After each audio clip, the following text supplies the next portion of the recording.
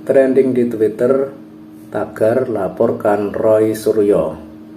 Roy Suryo mengatakan Gus Yakut membandingkan antara suara adzan dengan gonggongan suara anjing. Anggapan ini menurut GP Ansor dan PBNU adalah pendapat atau statement yang menyudutkan dan menjatuhkan nama baik Gus Yakut.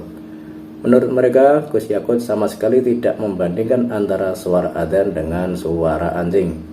Karena hal itu, GP Ansor akan melaporkan balik Roy Suryo ke polisi. Belum lama ini memang heboh soal Menteri Agama Gus Yakut yang mengatakan bahwa ada peraturan soal pengeras suara di masjid maupun musola, yakni dengan pengaturan volume yang tidak sampai terlalu keras sehingga bisa mengganggu orang sekitar, terutama yang berbeda keyakinan. Tentu saja hal ini memicu reaksi keras dari kelompok yang selama ini tidak setuju dengan kebijakan-kebijakan pemerintah.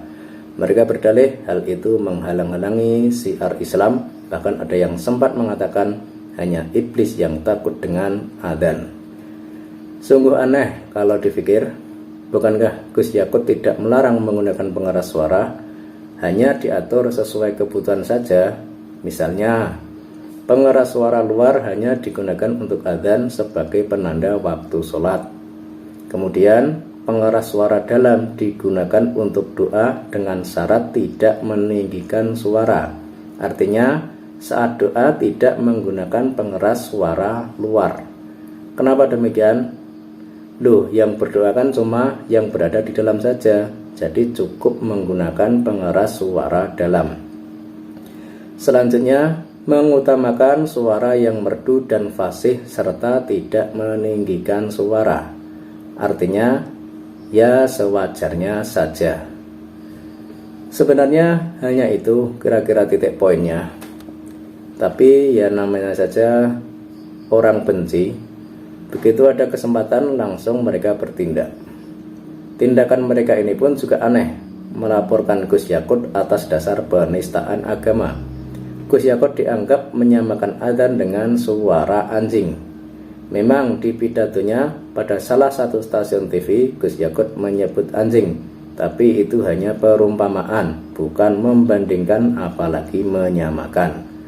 Aneh memang aneh, para pembenci pemerintah memang selalu mencari celah. Tapi yang jelas tentunya Menteri Agama mengambil keputusan itu juga tidak sembarangan, melainkan setelah melakukan kajian dan penelitian mendalam sehingga menjadi sebuah kesimpulan. Dan kini Roy Suryo yang melaporkan Gus Yakut malah mendapat serangan balik dari GP Ansor.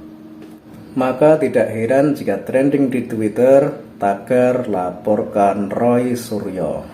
Dan semoga apa yang dilakukan oleh teman-teman dari GP Ansor bisa membuahkan hasil, agar hal ini tidak terulang lagi.